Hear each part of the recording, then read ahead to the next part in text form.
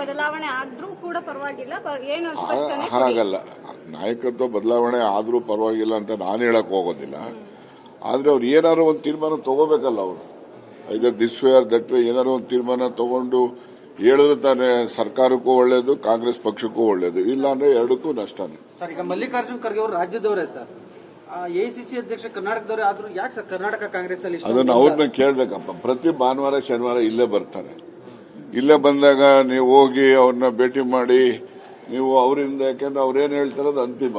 ಅವ್ರ ತೀರ್ಮಾನ ಅಂತಾರೆ ಸರ್. ಅಲ್ಲ, ಅವರೇ ಹೈಕಮಾಂಡ್ ತೀರ್ಮಾನ ಅಂತ ಹೇಳಿ ಸುಮ್ಮನೆ ಇನ್ನೊಬ್ಬರ ಮೇಲೆ ಹೇಳ್ಬೋದು. ಇರ್ಲಿ, ಅವರು ಹೈಕಮಾಂಡ್ ಇದ್ದಾಗ LOP ಇವ್ರು ಕೇಳಬೇಕಾಗ್ತದೆ, ಇನ್ನೊಬ್ಬರು ಕೇಳಬೇಕಾಗ್ತದೆ. ಅಲ್ಲಿ ಹೈಕಮಾಂಡ್ ಅಲ್ಲಿ ಎಲ್ಲರೂ ಕೂಡ ಕನ್ಸಲ್ಟ್ ಮಾಡಿ ಅಂತಿಮವಾಗಿ ನಿರ್ಣಯ ಅವರೇ ತಾನೇ ತಗೊಳ್ಳೋರು.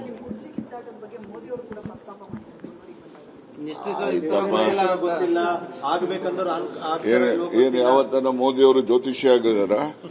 ಜ್ಯೋತಿಷ್ಯ ಆಗಿದ್ರೆ ಅಲ್ಲ, ಅವ್ರು ಹೇಳೋ ಭವಿಷ್ಯ ಹೇಳೋಗಿದಾರಲ್ಲ, ಅದಕ್ಕೇನು ಮೋದಿ ಜ್ಯೋತಿಷಿನ? ಪ್ರಧಾನಮಂತ್ರಿನ ಜ್ಯೋತಿಷಿ ಅಲ್ವಲ್ಲ ಅವರು? ಕರ್ನಾಟಕದಲ್ಲಿ ಅಹಿಂದನೇ ಭದ್ರವಾಗಿರ್ತಕ್ಕಂಥ ಸರ್, ಇಲ್ಲಿ ನಾಯಕತ್ವಕ್ಕೆ ಏನಾದರೂ ಕೈ ಹಾಕಿದ್ರೆ ಮುಂದೆ ಒಂದು ಅನಾಹುತ ಆಗುತ್ತೆ ನೋಡಿ. ಅಹಿಂದ ಬದಲಾವಣೆ ಆದ್ರೂ ಕೂಡ ಪರವಾಗಿಲ್ಲ ಏನು ಸ್ಪಷ್ಟನೆ ಹಾಗಲ್ಲ.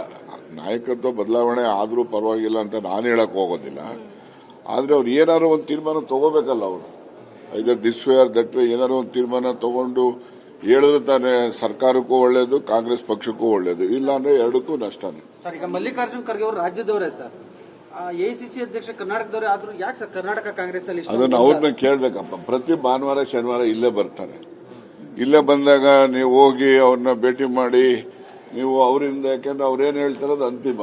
ಅವ್ರ ತೀರ್ಮಾನ ಅಂತಾರೆ ಸರ್. ಅಲ್ಲ, ಅವರೇ ಹೈಕಮಾಂಡ್ ತೀರ್ಮಾನ ಅಂತ ಹೇಳಿ ಸುಮ್ಮನೆ ಇನ್ನೊಬ್ಬರ ಮೇಲೆ ಹೇಳ್ಬೋದು. ಇರ್ಲಿ, ಅವರು ಹೈಕಮಾಂಡ್ ಇದ್ದಾಗ LOP ಇವ್ರು ಕೇಳಬೇಕಾಗ್ತದೆ, ಇನ್ನೊಬ್ಬರು ಕೇಳಬೇಕಾಗ್ತದೆ. ಅಲ್ಲಿ ಹೈಕಮಾಂಡ್ ಅಲ್ಲಿ ಎಲ್ಲರೂ ಕೂಡ ಕನ್ಸಲ್ಟ್ ಮಾಡಿ ಅಂತಿಮವಾಗಿ ನಿರ್ಣಯ ಅವರೇ ತಾನೇ ತಗೊಳ್ಳೋರು.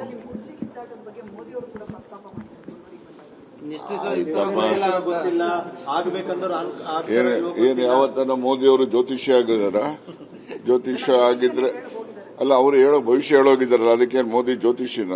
ಪ್ರಧಾನಮಂತ್ರಿನ ಜ್ಯೋತಿಷಿ ಅಲ್ವಲ್ಲ ಅವರು? ಕರ್ನಾಟಕದಲ್ಲಿ ಅಹಿಂದನೇ ಭದ್ರವಾಗಿರ್ತಕ್ಕಂಥ ಸರ್, ಇಲ್ಲಿ ನಾಯಕತ್ವಕ್ಕೆ ಏನಾದರೂ ಕೈ ಹಾಕಿದ್ರೆ ಮುಂದೆ ಒಂದು ಅನಾಹುತ ಆಗುತ್ತೆ ನೋಡಿ.